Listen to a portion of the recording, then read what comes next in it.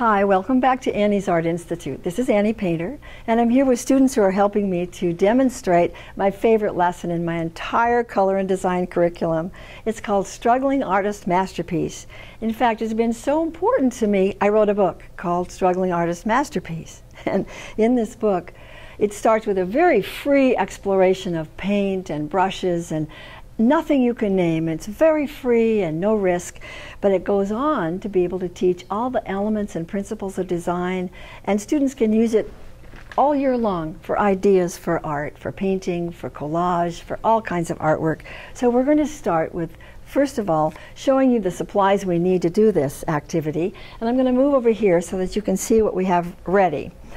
Sarah's going to help me do the squeezing, but I'd like you to know what we're doing is we're just using simple paper plates. We're going to use utility brushes. All of these are on my supply list online. And we're using, I've got Crayola washable tempera here. I love that because I'm able to get bright colors, and I'm using magenta, yellow, and turquoise, or in our curriculum we call it cyan.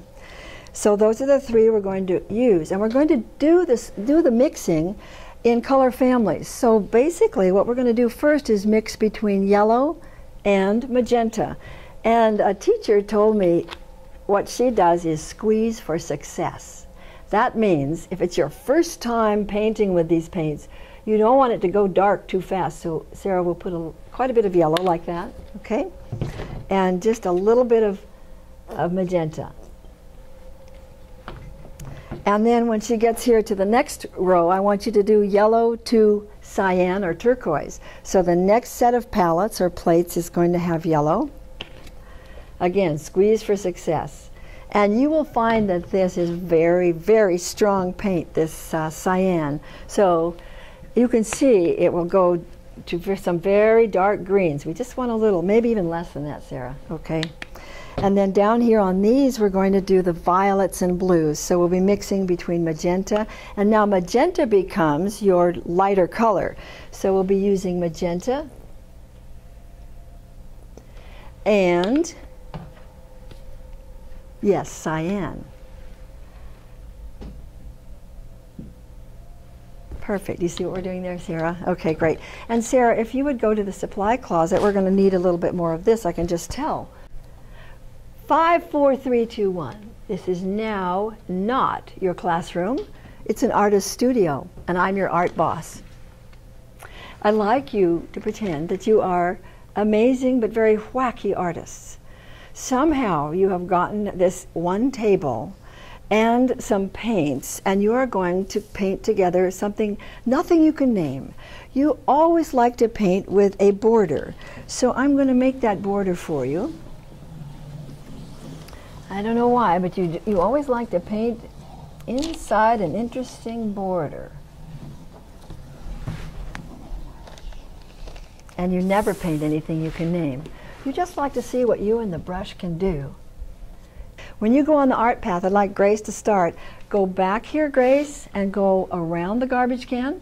And Sarah, you can get them started with just their palette and one brush to make the orange family. Go, that's right, go follow Sarah, or follow Grace. Good. So the art path is really, really important, because if we don't have an art path, we have people stepping on each other's work, bumping into each other, and not following the rules of the studio. You are going to do your very best, and I'll show you what that means. So you don't have to like, what does she mean? You're going to respect the tools, which is an old utility brush and some paint, and each other. And you do have a private workspace at first, but your job is going to be very respectful, but to let all your marks combine with other people's marks, okay? If we were going to start with making nothing we can name, anything interesting we want to with a silly old brush like this, a really old utility brush, give me an idea of what we could do first with this brush. We could mix them. We could mix. And what sort of a mark could we make? Zigzag. A zigzag? Dot. A dot. What about you, Maisie? Squiggles. Squiggles. Go show me squiggles in the air. Squiggles in the air. Okay. Okay, so I'm going to start with your idea, and we're going to make some dots. So, and we're going to start by mixing too, okay? So let's do that. I would recommend you start with your lighter color first, and then just touch it to the magenta, and that way you can keep your two colors separate. And what do we say? We're going to try some dots for him and some mixing. And we begin. Dot, dot, dot. Nothing you can name, no pictures. Remember, we've got 3 colors, so we don't want to make our things too big. Make nice, small, wonderful marks. Nice. How about some lines? And let's do a squiggly line. Okay. Yeah. All right, let's halt right there.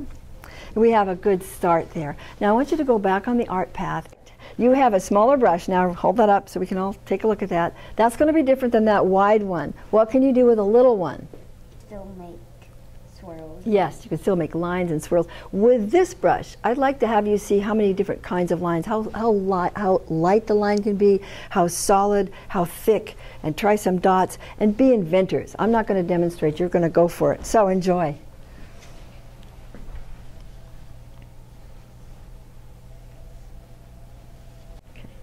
All right, you guys stand back with your thing. Take a good long look at it. What do you think? It's really pretty. Yeah. It is really, it's awesome, isn't it? I love those 2 colors together, but we have more, right? Mm-hmm. So what we're going to do is keep those gorgeous colors and all those wonderful marks you made. We don't want to go over other people's marks, but we want to come in with our blues and purples and red violets and fill in a lot of our white and still do some of our inventions, okay? And this time, when you go along the art path, this is the first time you'll be working with water. So this will be the new part, plus the 2 new colors. See how that works, building your skills a little bit. Each time something new is coming. You have some gorgeous colors here, and I'm going to show you a little trick called a wash. You can go back in with the brush that has the thick paint on it and just touch it to the water. And because these have a slant here, you kind of get the extra water off. And then just go in and you can start to sort of pull a really pale color in here. And that's called a wash. Can all of you try a wash? Yeah. See if you can do that. Ooh. And where does it need to be pulled together so that it really is unified and looks terrific as a whole piece? Do you see any parts we should work on? I think the white spots. Think the white spots? Yeah. Yeah, I do too.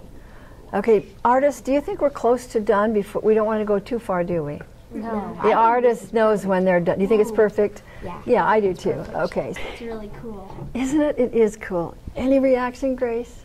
I like not having to paint anything specific. Yeah, I do too. Because then you know it doesn't matter if you, I mean, you can't really mess up on this. No, and you really can't. And you know, that's the first thing I want my students at the beginning of the year to feel comfortable about art. Yeah. Okay, so we have to mount this beautiful masterpiece, and our next job will be to cut on the border that I drew for you, but not cut the paper I have below. If you want to share the scissors, get as far as you can go, and then the next person can do it. And then we'll just glue it down a couple of places near you, and it'll be fine. Oh. Yeah. I'm going to give you each a color. We're going to quickly go around and see. Let's hold up a color and point to it if you think you have red violets near you. She's got the card. Just put your finger on red violet.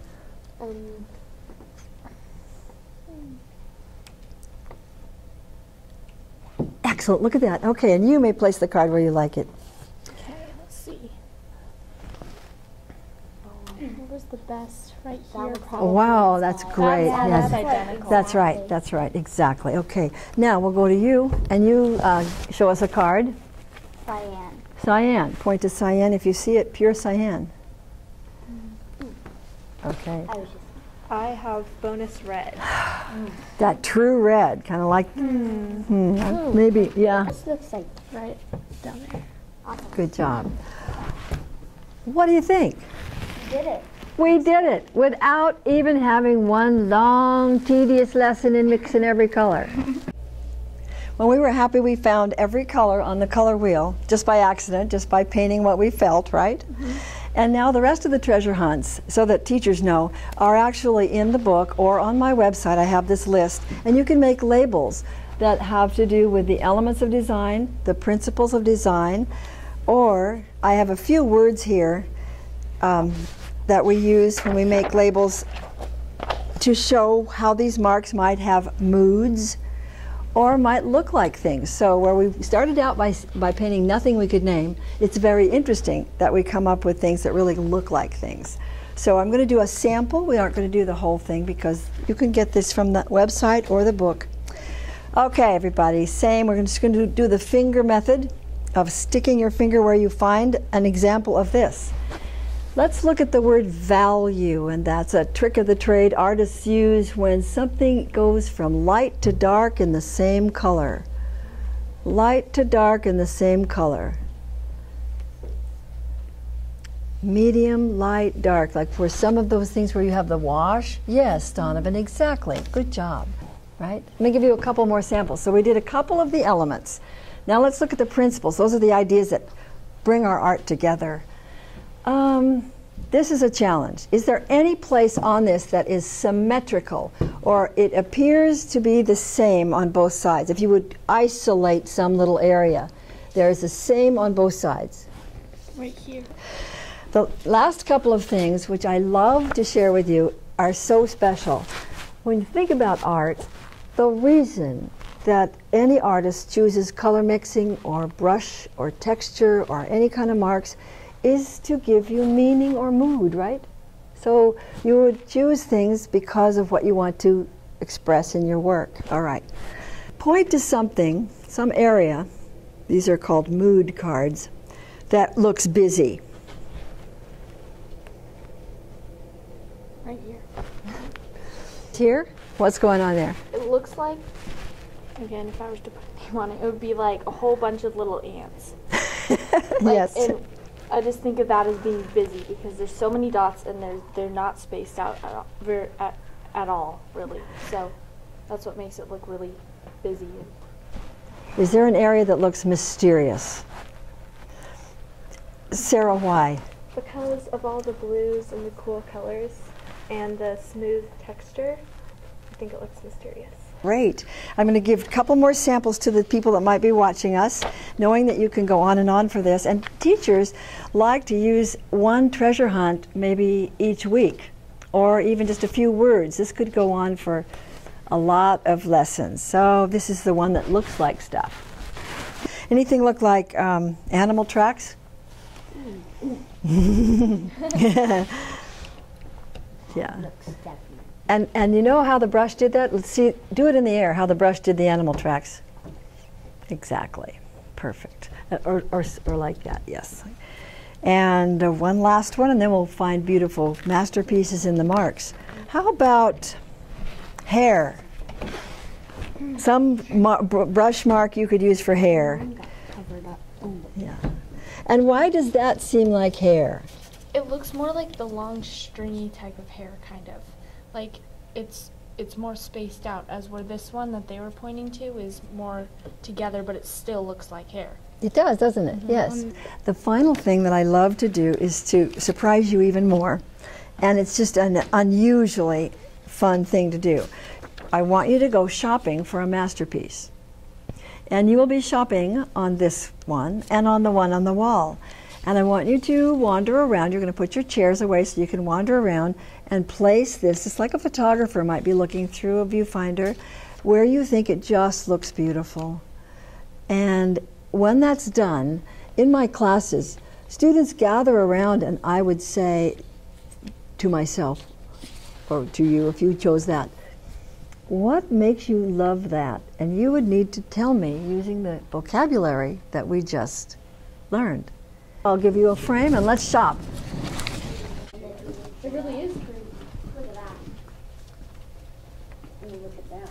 Ooh, I like And yet they all it's look. like, and it's almost like, and those look like mushrooms. They do. Yeah, it's almost like the wind currents and the rain coming down.